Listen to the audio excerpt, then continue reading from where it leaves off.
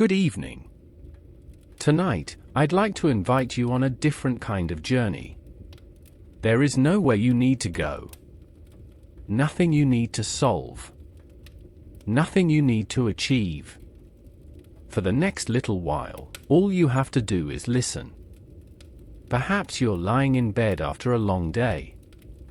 Perhaps you're taking a quiet walk, working late into the evening, or simply searching for a few peaceful moments in an increasingly noisy world. Whatever brought you here, I'm glad you're here. Tonight, we'll spend some time with one of the greatest minds in human history. Not as students preparing for an exam. Not as scholars debating ancient texts. But simply as curious human beings, listening to ideas that have quietly shaped our world for more than 2,000 years. So, if you can, allow your shoulders to relax. Take a slow, comfortable breath. And let your thoughts begin to slow down. There is no need to remember every sentence. There is no need to concentrate on every idea. If your mind wanders, that's perfectly fine. If you drift towards sleep, that's fine too. The purpose of this journey is not to fill your mind with information. It is to let wisdom gently accompany you into a quieter state of mind. Tonight, our guide is Aristotle, a philosopher whose influence reaches into almost every corner of human knowledge. Science, ethics, politics, logic, psychology, biology, education. Even today, thousands of years after his death, many of the questions we ask about life are still shaped by the way Aristotle learned to think. But before he became one of history's greatest philosophers, he was simply a young man trying to understand the world around him. What makes something good? Why do people seek happiness? How should we live? What is knowledge? What is friendship? Why do societies exist? Can virtue be learned? Questions like these have followed humanity for centuries. And perhaps they have crossed your own mind as well.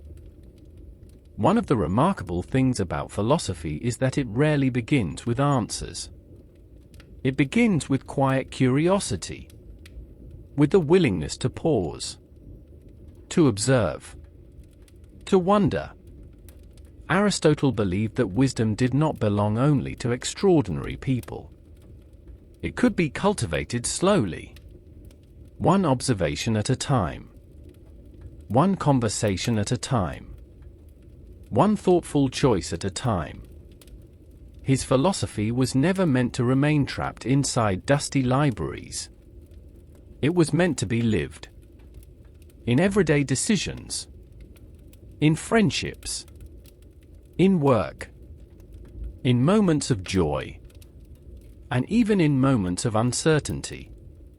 As we move through this journey together, we'll explore the foundations of his thinking. We'll discover how he understood knowledge. Why he believed character is built through habit. What he meant by true happiness. How he explained nature. Why he considered friendship essential to a good life. And how his ideas continued to influence philosophers, scientists, and entire civilizations for centuries after his lifetime. There's no need to hurry. Philosophy has waited more than 2,000 years. It can wait a few more moments for us. So settle in. Listen comfortably. And imagine, just for a moment, that the noise of the modern world has gently faded away. The glow of the fire is warm. The night is quiet. Outside, the stars shine over ancient Greece. And somewhere nearby, a teacher begins to speak. His name is Aristotle. Who was Aristotle? Before we can understand Aristotle's philosophy, it helps to first understand the man himself. Not because great ideas depend entirely on the lives of those who create them, but because every philosopher is, in some way, shaped by the world they grow up in.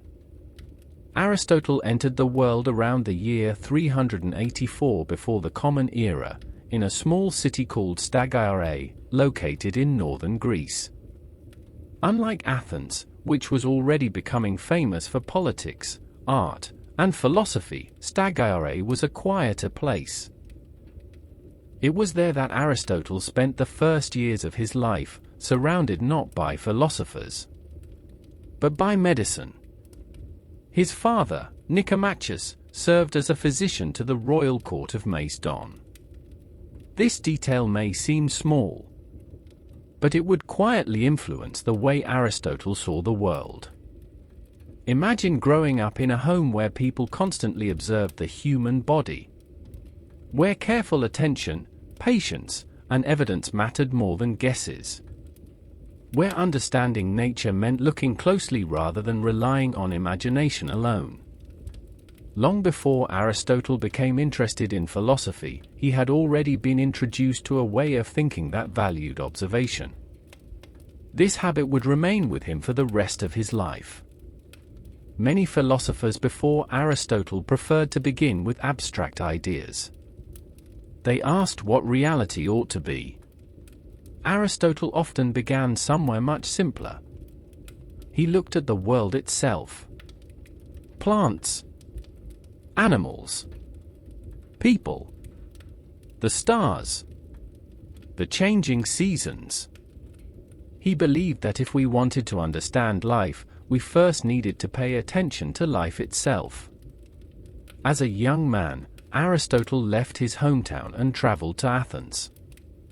At that time, Athens was unlike almost anywhere else in the ancient world. Its streets were filled with debate. Ideas were exchanged in public squares. Teachers attracted students from distant cities. Questions were often considered more valuable than easy answers. It was there that Aristotle entered one of the most famous schools in history, the Academy, founded by Plato. Perhaps you've heard Plato's name before. If Socrates inspired Plato, then Plato, in turn, inspired Aristotle. 3 generations of thinkers, each one changing the course of philosophy forever. Aristotle would remain at Plato's academy for nearly 20 years. 20 years. Imagine spending 2 decades asking questions every single day, discussing justice, knowledge, beauty, politics, mathematics, the soul, the universe. Few people in history have enjoyed such an extraordinary education.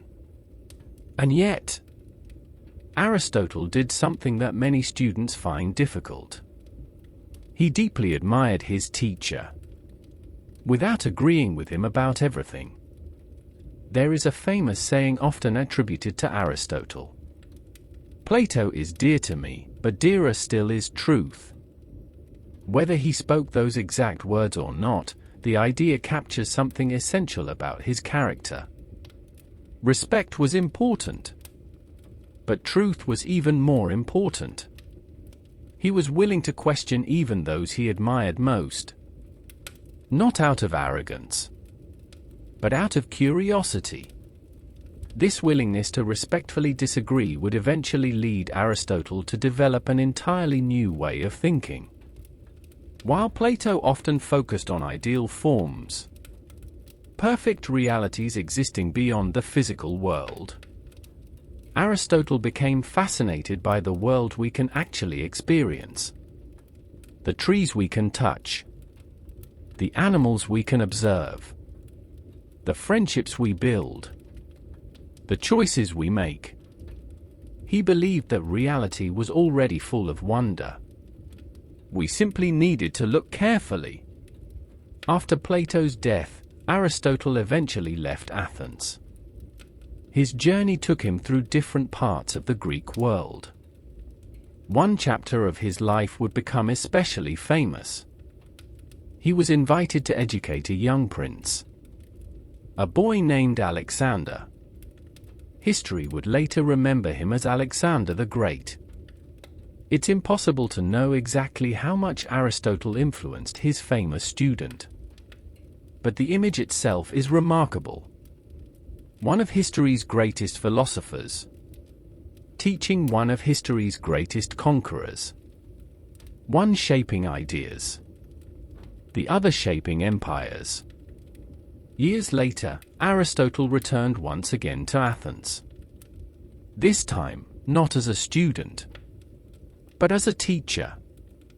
He founded his own school, the Lyceum. Unlike many philosophical schools of the time, the Lyceum was not only a place for debate. It became something much larger. A center for observation, for research, for collecting knowledge about every part of the natural world. Its students studied politics, ethics, animals, astronomy, poetry, logic, language, even weather. To Aristotle, no subject was too small to deserve careful attention. Knowledge itself formed a single, connected picture. Everything belonged. Everything could teach us something. And perhaps that is one of the reasons his influence became so extraordinary. He was not interested in understanding only one corner of reality. He wanted to understand reality as a whole. The stars above, the plants below, the cities we build, the friendships we cherish, the habits that shape our character, the questions that keep us awake at night. For Aristotle, all of these belong to the same search, a search for wisdom. And that search is where our own journey truly begins. How do we know the world? Imagine, for a moment, that someone places a single oak tree in front of you. You can see its branches stretching toward the sky. You can hear its leaves moving gently with the wind. You can touch its rough bark. Perhaps you notice the scent of the wood after a light rain. Now ask yourself a simple question. How do you know that this tree exists? It may sound like an obvious question. After all, you can see it. But philosophers have been asking questions like this for thousands of years. How do we know anything? Can we trust our senses? Is reality exactly as it appears? Or is there something hidden beneath what we experience? Long before Aristotle, many philosophers believed that the physical world was somehow incomplete. That behind every object we see, there existed a more perfect reality. His own teacher, Plato, believed that everything around us was only an imperfect copy of an ideal form. According to Plato, every beautiful flower reflected the perfect idea of beauty. Every circle reflected the perfect idea of a circle. Every horse reflected the perfect idea of a horse. The physical world, in this view, was only a shadow. The true reality existed somewhere beyond it. Aristotle listened carefully to these ideas. He admired them. But eventually, he asked a quiet question. What if the world in front of us is already worthy of our attention? What if reality is not hiding somewhere else? What if it is here, waiting to be observed? This small difference would completely transform philosophy. Instead of beginning with abstract ideals, Aristotle began with experience. He believed that knowledge starts with the senses. We see, we hear, We touch. We smell. We taste. Our senses introduce us to the world. But they are only the beginning. Observation alone is not enough. If you watched rain fall every day without thinking about it, you would learn very little. Knowledge grows when observation is joined with reason. This combination became one of Aristotle's greatest strengths. He was fascinated by details. He examined animals, plants, shells, fish, birds. He described their behavior with remarkable care. Some of his conclusions would later prove to be incorrect. Science would eventually replace many of his explanations. But that is not what made his work extraordinary. What made it extraordinary was his method. He believed that understanding begins by paying close attention. Not by making assumptions, but by looking carefully. Again and again. Imagine two children standing beside a river. One immediately invents a magical story about where the water comes from. The other quietly watches the current, the rocks, the movement, the direction. Neither child is wrong for wondering. But Aristotle would probably spend more time with the second child. Not because imagination has no value, but because reality itself is already astonishing, if we learn to observe it patiently. This habit of careful observation influenced every part of his philosophy. When he thought about ethics, he observed human behavior. When he thought about politics, he observed cities. When he studied biology, he observed living creatures. When he reflected on friendship, he observed how people actually lived together. His philosophy always returned to the same place. Reality first, theory second. Perhaps this seems obvious today. But in Aristotle's time, it was revolutionary. He was helping to build something that looked remarkably similar to what we now call scientific thinking. Observe. Ask questions. Look for patterns. Compare. Reflect. Test your conclusions against reality. This approach would influence scholars for centuries. Not only philosophers, but physicians, naturalists, scientists, teachers, and anyone seeking to understand the world through careful reasoning. Aristotle also believed something deeply encouraging. He believed that every human being naturally desires knowledge. At the very beginning of one of his most famous works, Metaphysics, he writes that all people, by nature, desire to know. It is a simple sentence, but it reveals something beautiful. Curiosity is not a flaw. It is part of being human. Think back to childhood. How often did you ask why? Why is the sky blue? Why do birds fly? Why do leaves fall? Why do people grow old? Children ask these questions naturally. Not because someone tells them to, but because curiosity is woven into human nature. According to Aristotle, philosophy begins there. Not with certainty, but with wonder. The feeling that there is always something more to understand.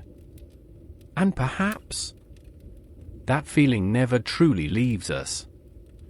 Even as adults, even after decades of experience, we continue asking different versions of the same questions. What is a good life? What should I value? What is worth pursuing? What makes someone wise? Aristotle believed these questions deserved patient reflection, not rushed answers.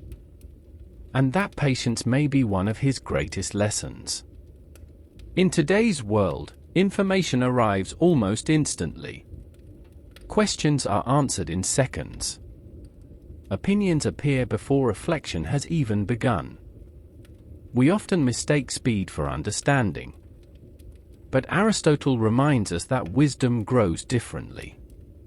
Like an old tree. Slowly. Quietly.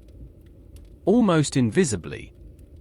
Until one day, its roots reach deeper than we ever imagined. Perhaps that is why his philosophy continues to speak to us after more than 2,000 years. Not because he offered simple answers, but because he taught us a better way to ask questions. And once we begin asking better questions, the world itself starts to look different. Everything becomes an invitation to observe, to think, to understand. And from that quiet habit of observation, Aristotle would build one of the most influential philosophical systems ever created.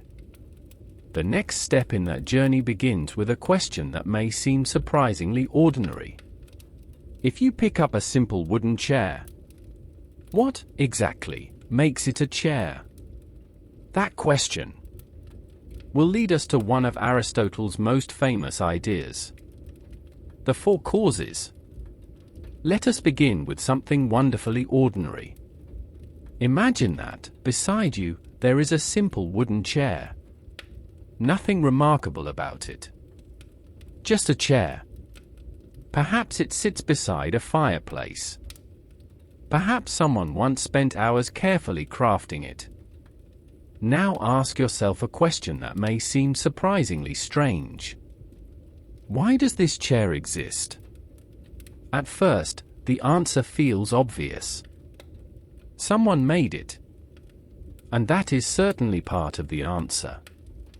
But Aristotle believed that if we truly want to understand anything, a chair, a tree, a river, or even ourselves, we need to look a little deeper. According to Aristotle, understanding something completely requires answering for different kinds of questions. Today, philosophers call them the four causes. The word cause can be slightly misleading. When we hear it today, we usually think of a single event producing another. A spark causes a fire. Rain causes the ground to become wet. But Aristotle used the word in a broader sense. For him, a cause was any explanation that helps us understand why something is the way it is. Each cause reveals a different layer of reality. And together, they offer a fuller picture of the world. Let us return to our wooden chair. The first question is this: what is it made of? The answer is simple. Wood. Perhaps oak. Perhaps walnut. Perhaps pine. The material itself becomes the first explanation. Aristotle called this the material cause. Every physical object is made from something. A clay pot is made from clay. A bronze statue from bronze. A house from stone and timber. Even our own bodies are composed of physical matter. Nothing material simply appears from nowhere. Everything is formed from something else. The second question is different. Why does this collection of wood become a chair instead of a table? After all, the same wood could have taken many different shapes. What gives it this particular identity? Aristotle called this the formal cause. Not because it refers to formal behavior, but because it refers to form. The pattern, the structure, the design that makes something what it is. Without that particular arrangement, the wood would remain only wood. It is the form that allows us to recognize a chair as a chair. Already, something interesting begins to appear. Matter alone is not enough. Shape alone is not enough. Both work together. The third question asks something different once again. Who made it? Perhaps a carpenter. Perhaps an artisan who carefully measured every piece of wood before assembling it. Someone acted upon the material. Someone transformed possibility into reality. Aristotle called this the efficient cause. It is the source of change. The one responsible for bringing something into existence. When a sculptor carves marble, the sculptor becomes the efficient cause of the statue. When a gardener plants a seed, the gardener participates in the process that allows the garden to grow. The world is constantly changing because things act upon other things. But Aristotle was not finished. He believed there was still one final question. Perhaps the most important one. What is the chair for? Why was it made in the first place? Its purpose is to be sat upon. To provide rest. To support the human body. This, Aristotle called the final cause. Its purpose. Its end. Its goal. To modern ears, this idea may sound unusual. Today, we often explain the world almost entirely through physical mechanisms. We ask how things happen. Aristotle also wanted to know why. Not merely what produced something, but what it was ultimately directed toward. Purpose mattered deeply to him. He believed that nature itself often seemed to move toward fulfillment. An acorn grows toward becoming an oak tree. A child grows toward adulthood. A seed becomes a flower. These processes are not random collections of events. They appear to move toward the realization of their own potential. This idea became one of the defining features of Aristotle's philosophy.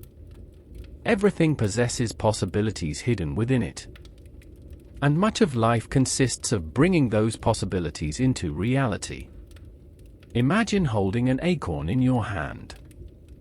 It is small, light, easy to overlook. Yet within that tiny seed lies the possibility of an enormous tree. Not because the tree is already physically inside the acorn, but because the acorn possesses the capacity to become something greater. Aristotle would later describe this distinction using two beautiful ideas: potentiality and actuality. The acorn has the potential to become an oak. The mature tree is that potential fully realized. This way of thinking extended far beyond plants. Human beings also possess potential. We are not born courageous, or wise, or generous. We become those things gradually. Through practice. Through experience. Through repeated choices. Perhaps this is one reason Aristotle continues to feel surprisingly modern. He reminds us that we should not judge ourselves only by who we are today, but also by who we are capable of becoming. Each of us carries possibilities that are still unfolding. Some may never fully blossom. Others may quietly shape an entire lifetime. And perhaps the most meaningful question is not simply, who am I? But, who am I becoming? This gentle movement from possibility toward fulfillment would eventually become the foundation of Aristotle's ethics. Because if human beings possess a unique potential, then perhaps there is also a uniquely human way of living well. A way of becoming the very best version of ourselves. And that question will lead us naturally into one of Aristotle's most enduring ideas. The nature of virtue. Have you ever wondered why certain actions seem to become easier the more often we repeat them? Think about learning to play a musical instrument. The first notes feel awkward. Your hands hesitate. Every movement requires conscious effort. But after weeks or months, something begins to change. The fingers move almost effortlessly. What once demanded concentration becomes natural. Aristotle believed that something very similar happens with our character. We often imagine personality as something fixed, as though people are simply born kind, or impatient, or courageous, or selfish. But Aristotle saw things differently. He believed that character is not something we simply possess. It is something we gradually build, choice by choice, day after day. Our habits, he argued, quietly become who we are. Imagine two people. Both are afraid. Both face exactly the same challenge. One decides to act despite the fear. The other turns away. Neither decision defines an entire life. But if those choices are repeated again, and again, and again, something begins to form. Not merely a collection of actions, but a character. For Aristotle, this is how virtue grows. Not through a single heroic moment, but through countless ordinary moments. It is easy to admire courage in stories. The soldier, the firefighter, the explorer. But Aristotle invites us to notice something much quieter. The courage required to tell the truth, to admit a mistake, to forgive someone, to remain calm during difficulty, to do what is right when no one is watching. These moments rarely become famous, yet they shape us just as deeply. One of Aristotle's most beautiful insights is that virtue is a habit, not a feeling, not a talent, not a gift reserved for a fortunate few. A habit, something we practice until it slowly becomes part of us. This idea is surprisingly hopeful, because habits can change. No one is permanently trapped by yesterday's choices. Every new action becomes another opportunity to shape tomorrow's character. Aristotle often described virtue as finding the right balance. Today, this idea is sometimes called the golden mean. Imagine stretching a rope between two cliffs. Walk too far to one side, and you lose your balance. Move too far to the other, and the same thing happens. Virtue often lies somewhere between the extremes. Take courage, for example. If someone feels no fear at all, they may become reckless. They rush into danger without thinking. They mistake impulsiveness for bravery. On the opposite side, someone might avoid every risk. Fear governs every decision. Life becomes smaller and smaller. Aristotle believed that true courage exists between these two extremes. Not the absence of fear, but the ability to act wisely despite it. The same pattern appears again and again. Generosity lies between selfishness and wastefulness. Confidence lies between insecurity and arrogance. Patience lies between indifference and uncontrolled anger. Notice that Aristotle is not encouraging moderation simply for its own sake. He is not saying that the middle is always correct. Instead, he is asking something more subtle. What response best fits this particular situation? The answer is rarely identical for everyone. Giving away half your income may be generous for one person and irresponsible for another. Speaking firmly may be courageous in one moment and unnecessary in another. Wisdom, therefore, requires judgment, not rigid rules. This is one reason Aristotle's ethics still feels remarkably human. Life is complicated. Every situation carries its own details. There is no single formula capable of solving every moral question. Instead, we develop practical wisdom, the ability to recognize what the present moment requires.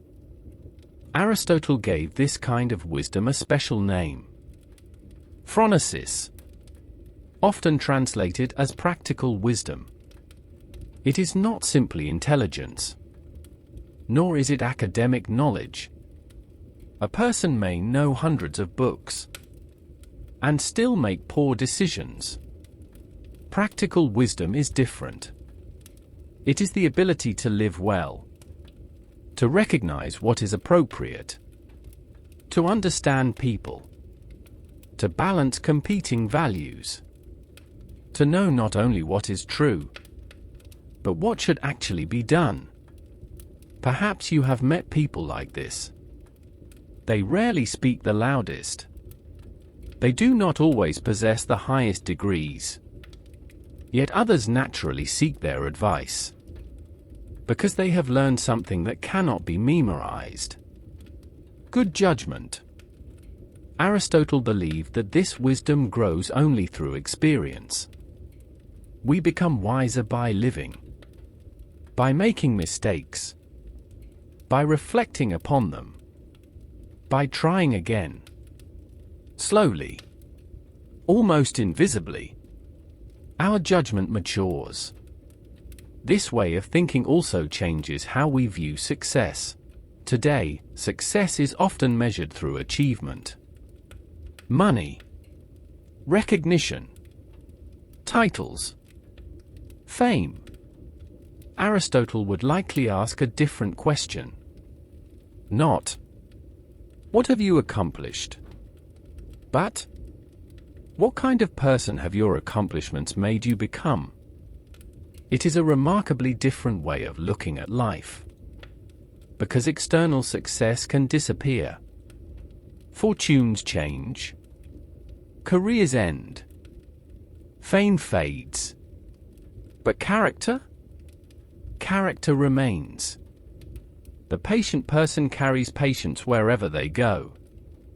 The honest person carries honesty into every conversation. The generous person enriches every community they enter. These qualities become part of the individual. No circumstance can easily take them away. Perhaps that is why Aristotle placed such importance on virtue. He believed that the greatest achievement of a human life was not collecting possessions. It was becoming an excellent human being. Not perfect. No one is perfect. Even Aristotle knew that. But always moving, quietly, patiently, toward a better version of ourselves. And this naturally raises another question. If virtue shapes our lives, if character is the foundation of a good life, then what, exactly, is the good life? What does true happiness really mean? For Aristotle, the answer was unlike anything most people expect. And it begins with a beautiful Greek word: Eudaimonia. What does it mean to live well? If I asked you a simple question, what do you want most in life? How would you answer? Perhaps you would say happiness. Many people would. Others might say peace, love, health, freedom, or perhaps simply enough time to enjoy the people they care about. Although our answers may differ, Aristotle believed that almost every human being is moving toward the same ultimate goal: We all wish to live well. The challenge, however, is understanding what living well actually means. For many people today, happiness is often described as a feeling, something that comes and goes. A pleasant emotion, a good mood, a wonderful afternoon, a successful vacation, a moment of laughter with friends. These experiences are certainly valuable. Aristotle would never deny that. But he believed they were only small pieces of something much greater. The word he used was eudaimonia. Unfortunately, there is no perfect English translation. It is often translated as happiness.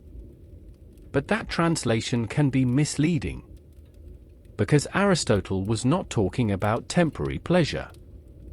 He was talking about a flourishing life. A life fully lived. A life in which a person gradually becomes everything they are capable of becoming. Imagine two gardens. The first is filled with colorful flowers for a single week. Then everything begins to fade. The second garden grows slowly. Its roots deepen. Its trees mature. Season after season, it becomes stronger, richer, and more beautiful. Which garden would you call truly healthy? Aristotle believed that human life resembles the second garden. A meaningful life is not measured by isolated moments of pleasure. It is measured by steady growth over many years. This does not mean life is always easy. In fact, Aristotle understood that suffering is unavoidable. Illness comes. People disappoint us. Dreams sometimes fail. We lose those we love. No philosophy can erase these realities. But eudaimonia does not disappear simply because life becomes difficult. It is something much deeper than comfort. Imagine a skilled musician.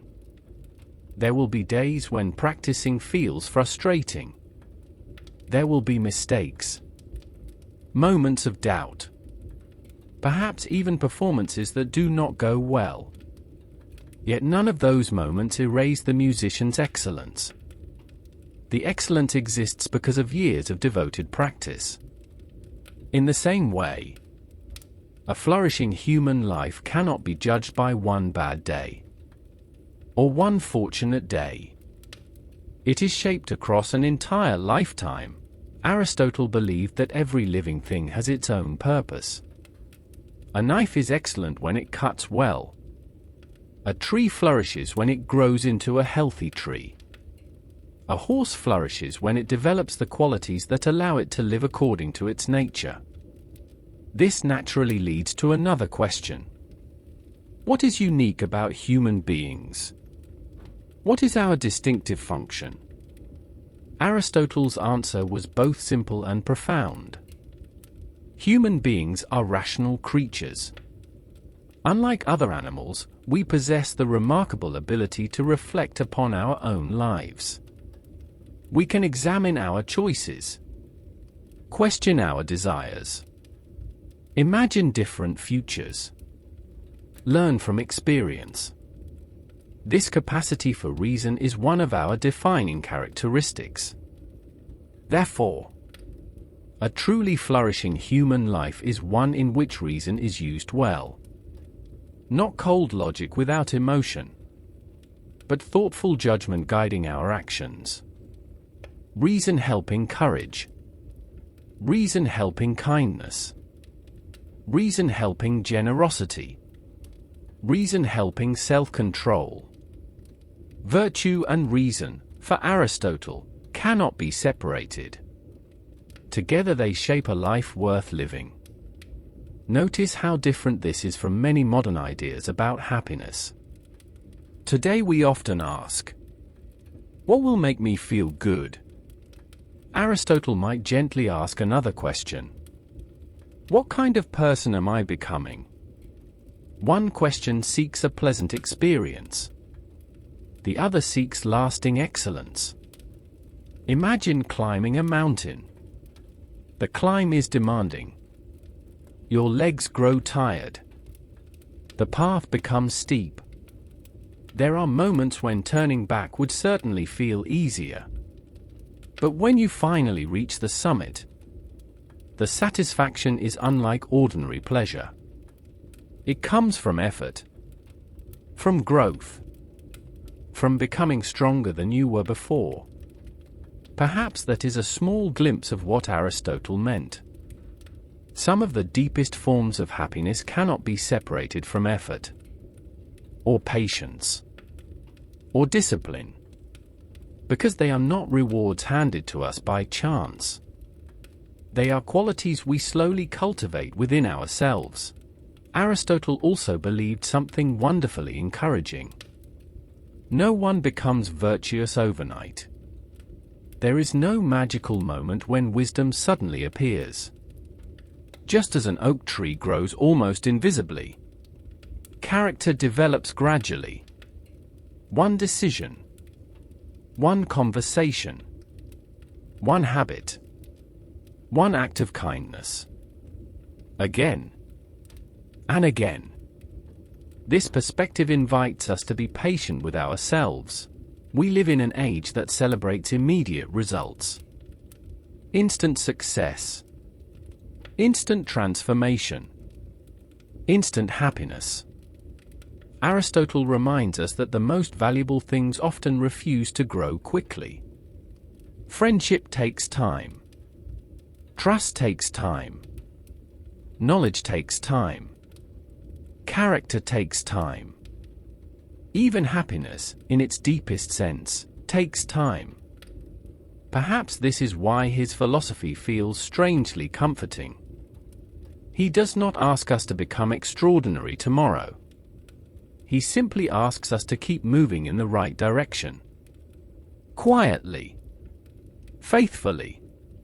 Patiently. Day after day. Year after year. And over time. Those small choices begin to shape an extraordinary life. Yet Aristotle also understood that no one flourishes completely alone. Even the wisest person depends upon others. We laugh together. We learn together. We suffer together. We grow together. Which brings us to another of Aristotle's most beautiful teachings. His understanding of friendship. Because for Aristotle, a truly good life is never lived in isolation. Think for a moment about the people who have quietly changed your life. Perhaps it was someone who listened when you needed to be heard. Someone who believed in you before you believed in yourself. Someone whose presence made difficult days a little easier to carry. It is remarkable how deeply another human being can shape the course of our lives. Sometimes without even realizing it. Today, friendship is often treated as something casual. A list of names. A collection of followers. A quick exchange of messages. A familiar face we occasionally meet for coffee. But Aristotle believed that friendship was something far more profound. In fact, he believed that no one could truly flourish without it. Imagine possessing great wealth, a beautiful home, perfect health, recognition from everyone around you. Now imagine having no one with whom to share any of it. No conversations. No laughter. No trust. No one who genuinely understands you. Would such a life still feel complete? Aristotle thought the answer was no. Human beings, he believed, are naturally social creatures. We are not designed to live entirely alone. We grow through our relationships. We discover ourselves through conversation. We learn patience through family, kindness through friendship, forgiveness through love. Even wisdom often begins as a dialogue between two people. One of Aristotle's greatest insights was recognizing that not all friendships are the same. Some friendships exist because they are useful. A business partnership, a helpful colleague, a neighbor who assists us when needed. These relationships have value, but they often disappear once the usefulness comes to an end. Other friendships are built upon pleasure. People enjoy one another's company. They laugh together, share hobbies, travel together. Again, there is nothing wrong with this. Joy is an important part of life. But pleasure also changes. Interests evolve. Circumstances shift. And sometimes these friendships quietly fade away. Then Aristotle describes a third kind of friendship. One he believed to be the highest form of all. Friendship based on virtue. This kind of friendship is different. It is not built primarily upon usefulness, nor upon entertainment. Instead, two people admire the goodness they see in one another. Each wishes the other to flourish, not because they expect something in return, but because they genuinely care about the other's well-being. Such friendships are rare. They take years to develop. Trust cannot be rushed. Neither can respect. Like an old tree, strong friendships grow slowly. Their roots deepen through shared experiences, through honest conversations, through moments of difficulty, through forgiveness, through time. Perhaps you have experienced a friendship like this. Someone with whom silence feels comfortable. Someone before whom you do not need to pretend. Someone who celebrates your successes without envy, and gently corrects you when you begin to lose your way. Aristotle believed that these friends become something extraordinary, almost like another self. Not because they are identical to us, but because they care for our lives almost as deeply as we do ourselves. There is something profoundly comforting in that thought. To know that another person sincerely desires your growth. Not your perfection. Not your success at any cost. Simply, your flourishing. These friendships also help us become better people. A good friend reminds us of who we hope to become. They encourage our virtues. They gently expose our weaknesses. Not through harsh criticism, but through honest affection. Have you ever noticed how certain people naturally bring out the best in you? You become more patient around them, more generous, more thoughtful. Not because they force you, but because their character quietly influences your own. Aristotle understood this long before modern psychology. Human beings shape one another. Our habits spread through our relationships. Our attitudes become contagious. Hope can be contagious. Kindness can be contagious. So can bitterness and resentment. For this reason, choosing our companions becomes one of the most important decisions we make. Not because we should seek perfect people. There are none. But because we slowly become more like those with whom we spend our lives. Perhaps that is why Aristotle placed friendship so close to virtue. The two grow together. Good people strengthen good friendships. And good friendships help create better people. There is another beautiful aspect to Aristotle's understanding of friendship. He did not believe friendship required constant excitement. Some of the deepest friendships simply enjoy sharing ordinary life. Walking together. Talking quietly after dinner. Reading in the same room. Watching the seasons change. Nothing extraordinary needs to happen. The friendship itself is already enough. Perhaps this is a lesson our modern world sometimes forgets. We often chase extraordinary experiences, spectacular moments, constant stimulation. Yet some of life's greatest joys arrive almost unnoticed. A familiar voice, a peaceful conversation, a shared silence, the quiet comfort of knowing someone truly understands you. These simple moments rarely make headlines, yet they become the memories we carry for decades. For Aristotle, friendship was never a luxury. It was one of the foundations of a meaningful human life. Because wisdom grows more easily when shared. Joy becomes greater when celebrated together. And sorrow becomes lighter when someone helps carry it. But friendship alone is not enough to build a flourishing society. Human beings gather into families. Families become communities. Communities become cities. And wherever people live together, a new question naturally arises. How should we organize our common life? It was a question that fascinated Aristotle. And it would lead him to become one of history's most influential thinkers on politics and society. Why do we live together?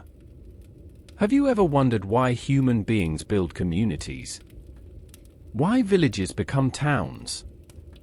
Towns become cities. And cities eventually become civilizations? At first glance, the answer seems obvious. Living together makes survival easier. We can share food, protect one another, build homes, raise children, work together. All of these things are certainly true.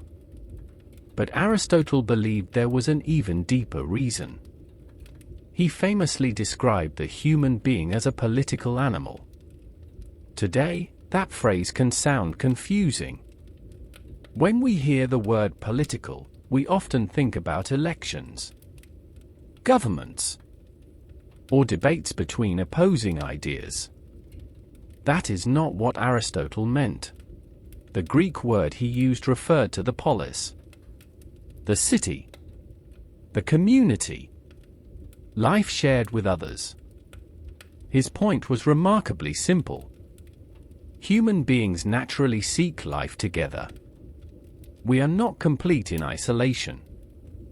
Think for a moment about everything you rely on every single day. The food on your table, the roads beneath your feet, the books you read, the electricity that lights your home. None of these exist because of one individual. They are the result of countless people working together across many years. Even language itself, perhaps our greatest invention, exists only because generations of people chose to communicate with one another. Aristotle believed this was not an accident. Community is part of our nature. It allows us to become more fully human. Imagine a child growing up entirely alone. Without language. Without conversation. Without guidance. Without affection. Such a child would survive only with great difficulty. But even if survival were possible, something essential would be missing. Many of the qualities we value most. Kindness, justice, friendship, generosity, patience.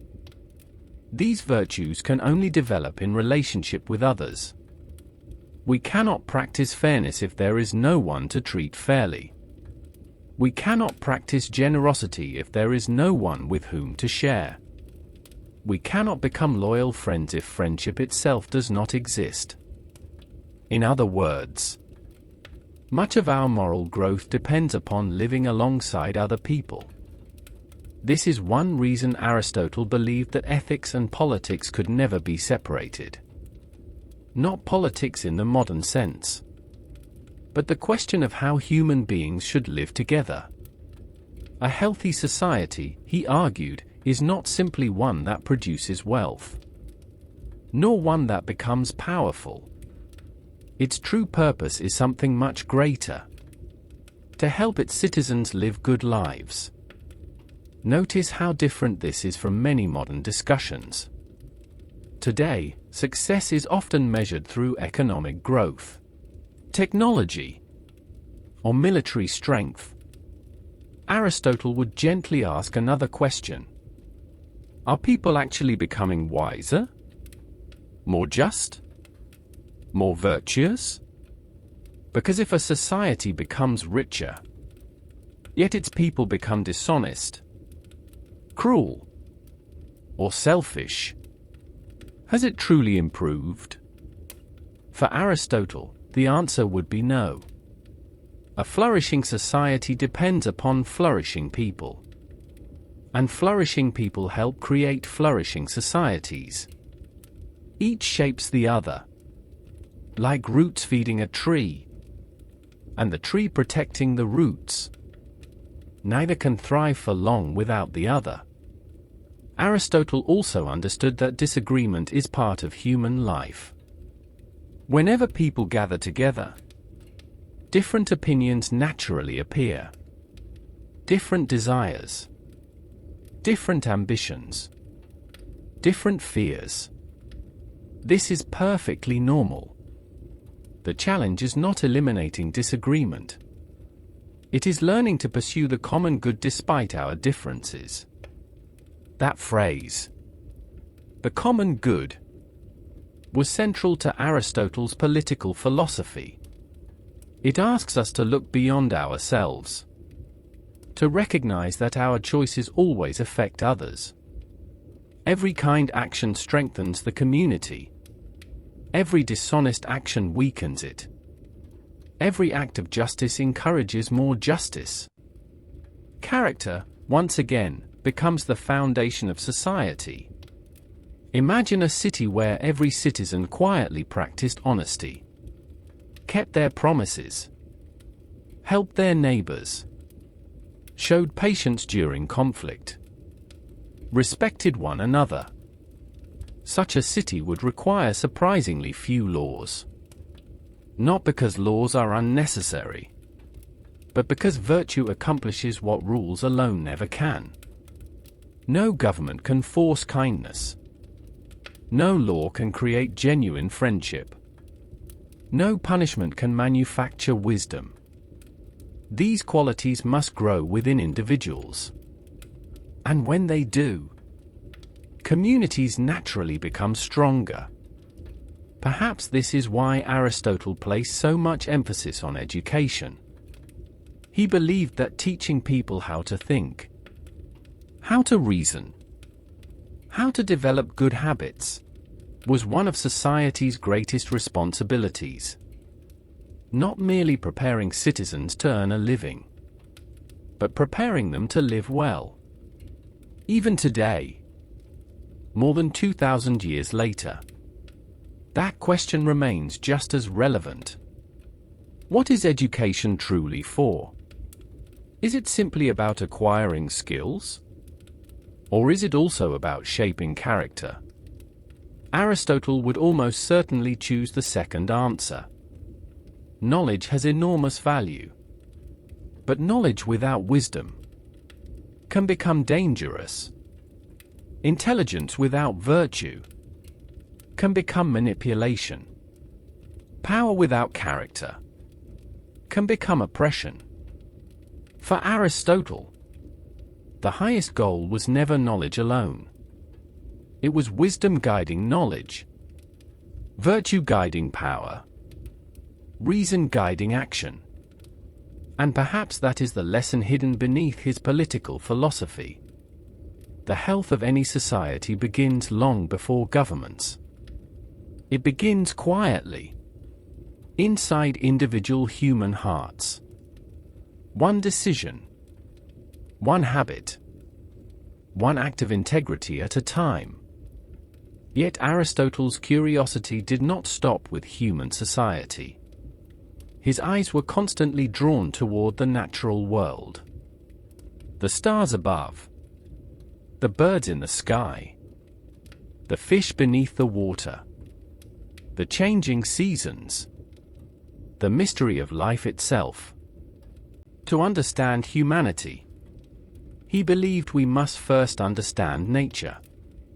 And that curiosity would lead him to become one of history's very first great scientists. There is something deeply human about curiosity. Perhaps you've experienced it yourself. Walking through a forest, you notice a bird building its nest. You stop for a moment. You wonder why it chooses that particular branch, why it gathers those particular leaves, why everything seems to happen with such quiet purpose. For Aristotle, moments like these were never insignificant. The natural world was not simply a backdrop for human life. It was a vast library, waiting to be read.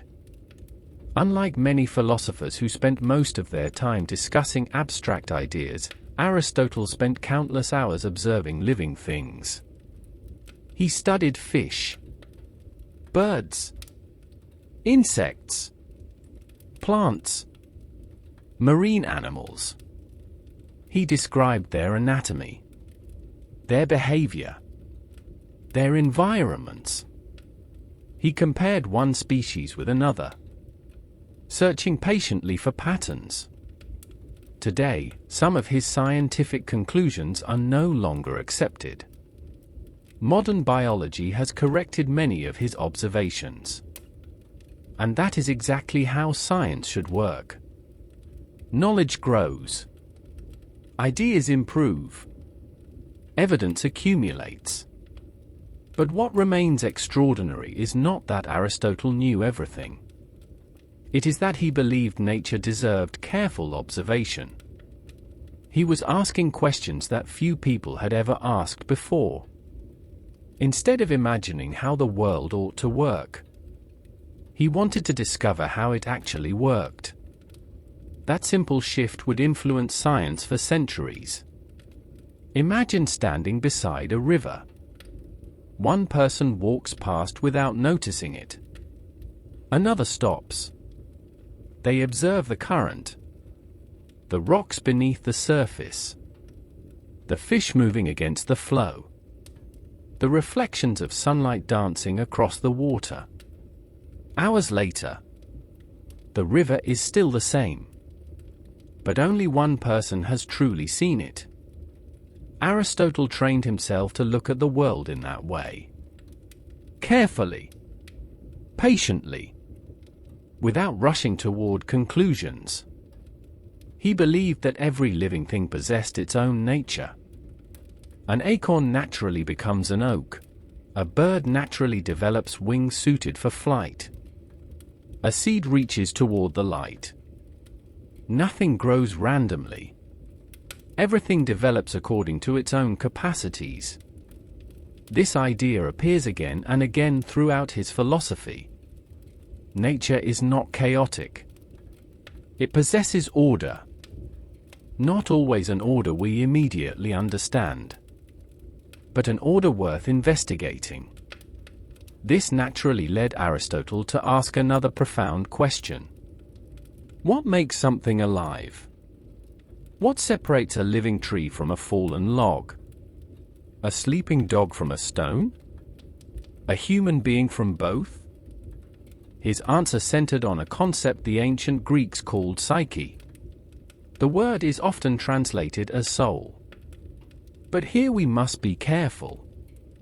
When many people hear the word soul today, they immediately think of religion. Aristotle meant something somewhat different.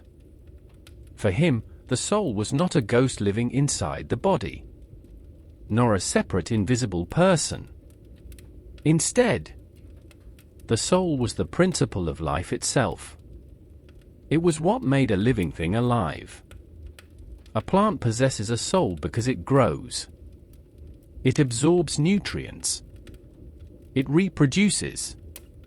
An animal possesses those same abilities, but also sensation, movement, desire. A human being possesses all of these, along with something unique: reason, reflection, the ability to think about thinking itself. Notice how elegantly Aristotle organizes life.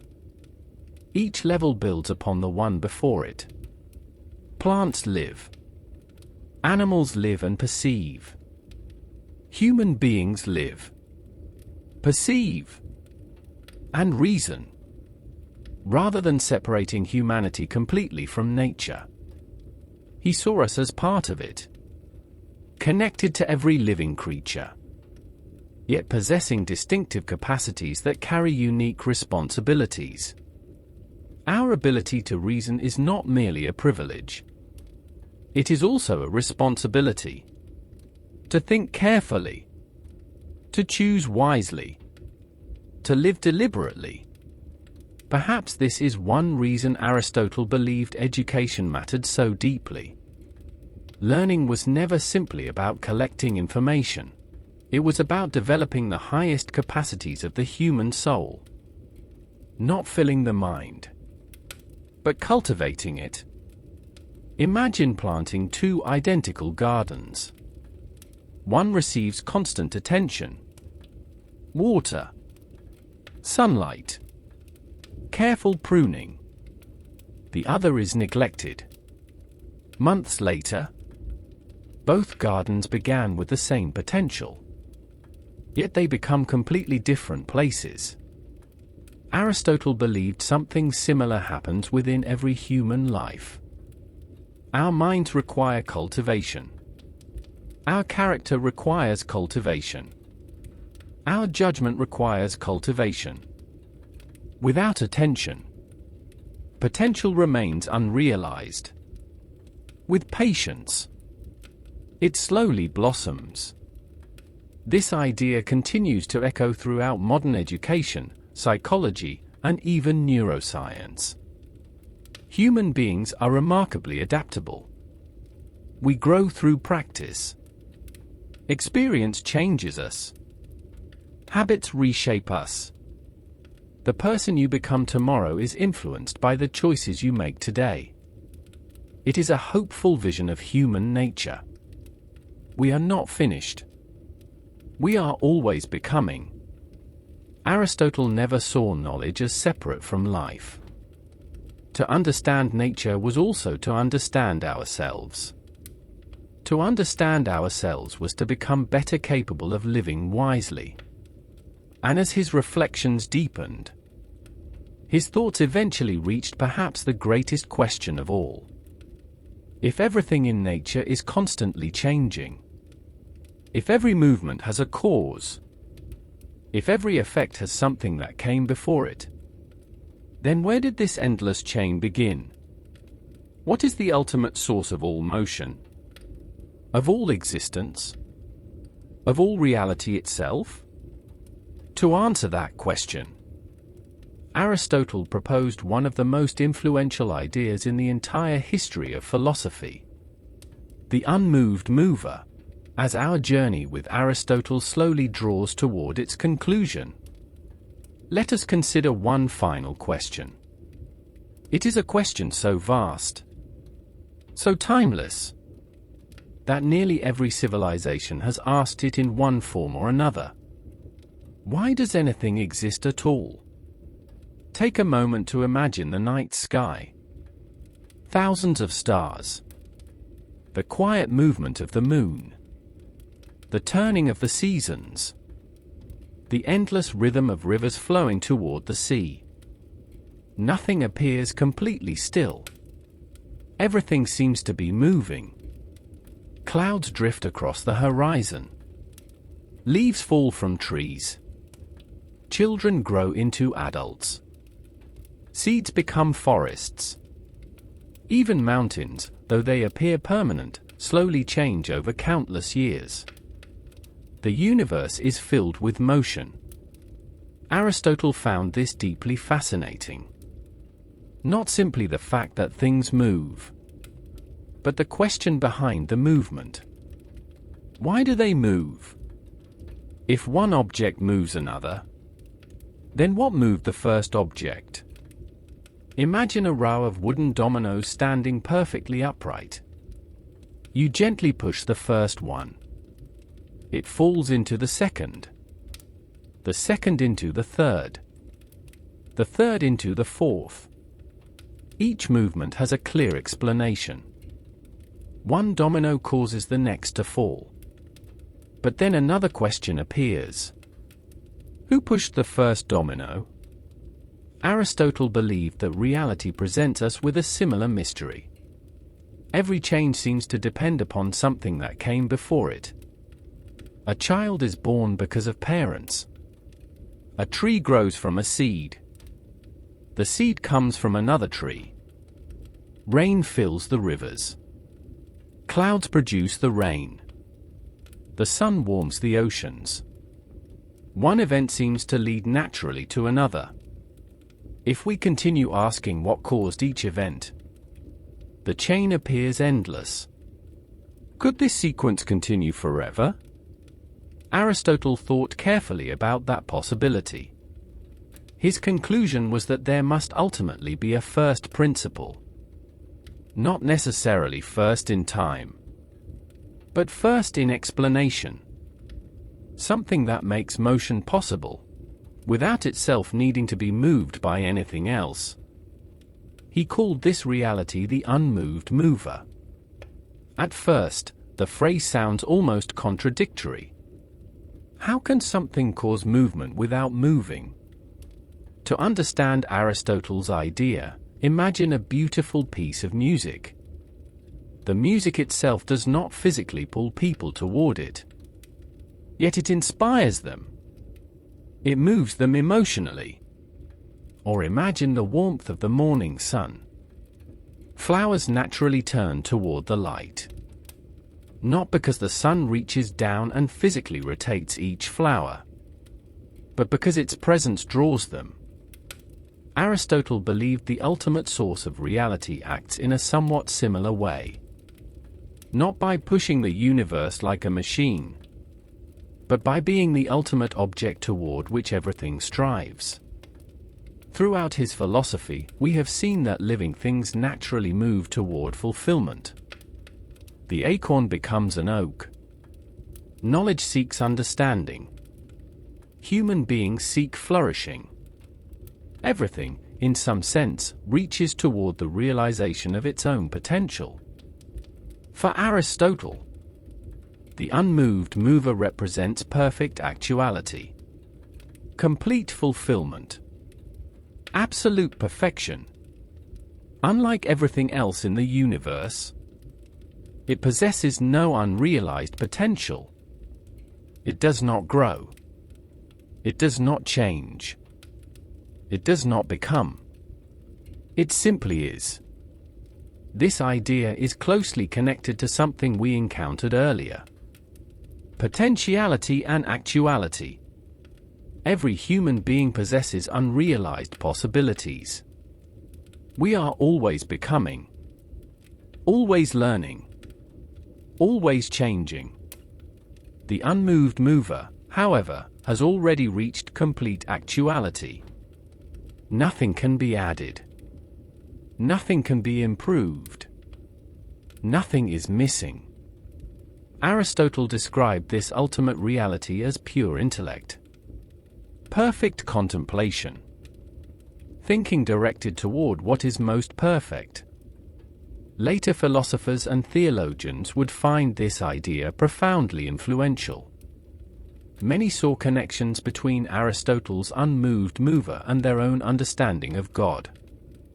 Thinkers in Jewish, Christian, and Islamic tradition spent centuries studying his work. Some embraced his ideas. Others modified them. Still others disagreed with important parts of his philosophy. But almost everyone recognized the depth of the question he had asked. It is worth remembering, however, that Aristotle himself was not trying to write a sacred text. He was doing philosophy. He was asking what reason alone could discover about reality, whether one agrees with his conclusions or not. There is something deeply inspiring about the way he approached these questions.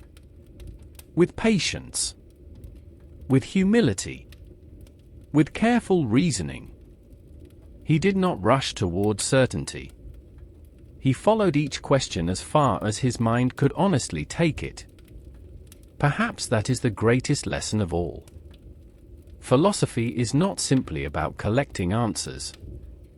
It is about learning how to think, how to remain curious, how to accept that some questions are so profound. They deserve a lifetime of reflection. Even after more than 2,000 years, people continue to debate Aristotle's conclusions. But the questions he asked have never stopped being relevant. Why are we here? What is the nature of reality? What does it mean to exist? What makes a life meaningful? These questions belong to every generation. And perhaps to every human heart. Our journey with Aristotle is almost complete. But before we say goodbye, let us pause for one final reflection. Let us consider the extraordinary legacy left by a man whose quiet curiosity continues to shape the way we see ourselves, the world, and the endless search for wisdom. Our journey with Aristotle has slowly come to an end. Over the last little while, we have walked through ancient Greece. We have explored questions that have occupied thoughtful minds for more than 2,000 years. Questions about knowledge, about character, about friendship, about happiness, about nature, about the purpose of human life. Perhaps, as you listened, you found yourself agreeing with Aristotle. Perhaps you questioned some of his conclusions. Or perhaps you simply enjoyed the opportunity to think a little more slowly than usual. Any of those responses would have pleased him. Because Aristotle never asked his students to admire him. He asked them to observe, to reflect, to reason, to become lovers of wisdom rather than collectors of opinions. That may be one of the reasons his philosophy continues to feel surprisingly alive. The world around us has changed beyond anything Aristotle could have imagined. We carry powerful computers in our pockets. We communicate instantly across continents. We have explored the depths of the oceans and looked far beyond our own planet. Yet the most important questions remain almost exactly the same. How should I live? What kind of person do I wish to become? What is worth pursuing? What makes a life meaningful? Technology has transformed our lives. But it has not removed the need for wisdom. If anything, it has made wisdom even more valuable. Because information has become abundant. Attention has become scarce. We are surrounded by constant movement, constant noise, constant urgency. Every day brings new headlines, new opinions, new distractions. In such a world, Aristotle offers something wonderfully simple. Slow down. Look carefully. Think before you judge. Practice good habits. Choose your friends wisely. Take responsibility for your character.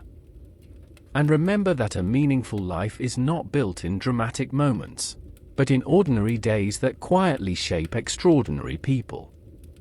Perhaps the most comforting part of Aristotle's philosophy is that he never expected perfection. He understood that human beings make mistakes, that we become impatient, that we sometimes choose poorly, that we often fall short of our own ideals. What mattered was not flawless living.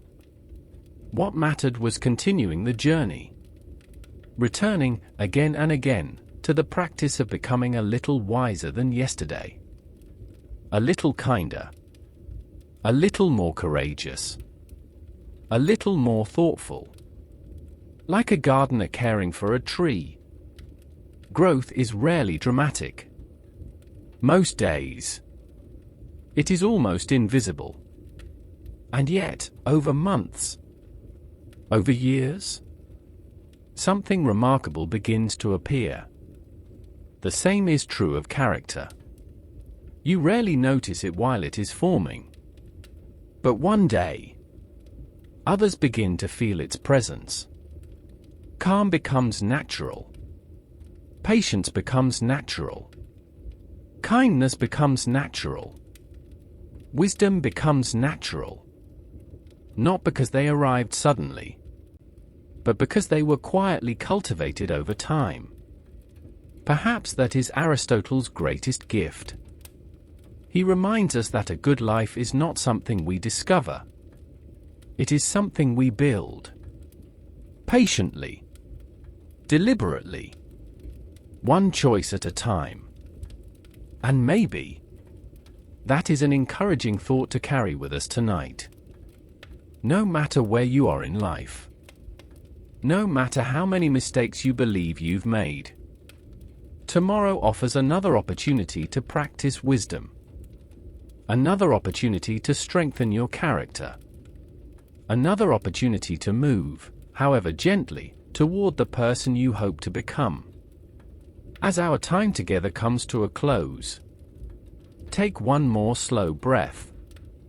Allow your thoughts to settle. There is nothing left to remember, nothing left to solve. The ideas of Aristotle have been quietly shared. What remains with you will remain naturally. And what drifts away can always be rediscovered another day. Thank you for spending this time with me. I hope these ancient reflections have brought you a little more peace, a little more curiosity, and perhaps a quieter mind. Until our paths cross again, rest well, and good night.